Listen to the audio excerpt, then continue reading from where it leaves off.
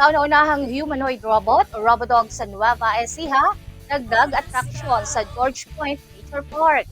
Isang makabago at kapanapanabik na karanasan ang hatid ngayon ng George Point Nature Park sa mga residente at turista.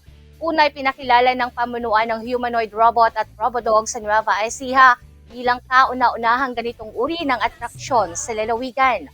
Bukod dito, opisyal na inihayag na maaaring bilhin o rentahan ng mga robot para sa events, entertainment at security solutions.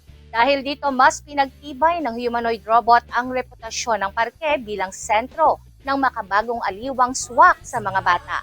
Noong Pebrero 15, 2026, matagumpay na isinagawa ng George Point ang live showcase na dinaluhan ng maraming pamilya at kabataan.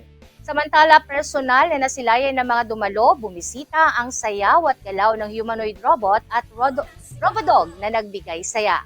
Habang matutunghayang sumasayaw at gumagalaw ang humanoid robot, marunong namang mag-acrobatic at magpakitang gilas ang Robodog sa harap ng mga manonood.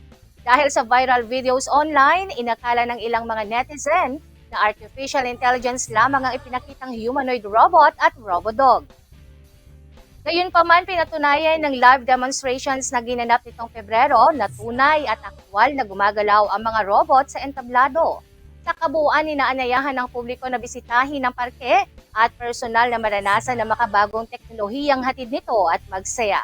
Para sa karagdagang mga impormasyon, maaaring magtungo sa George Point Nature Park sa Pantabangan at alamin ang susunod na schedule.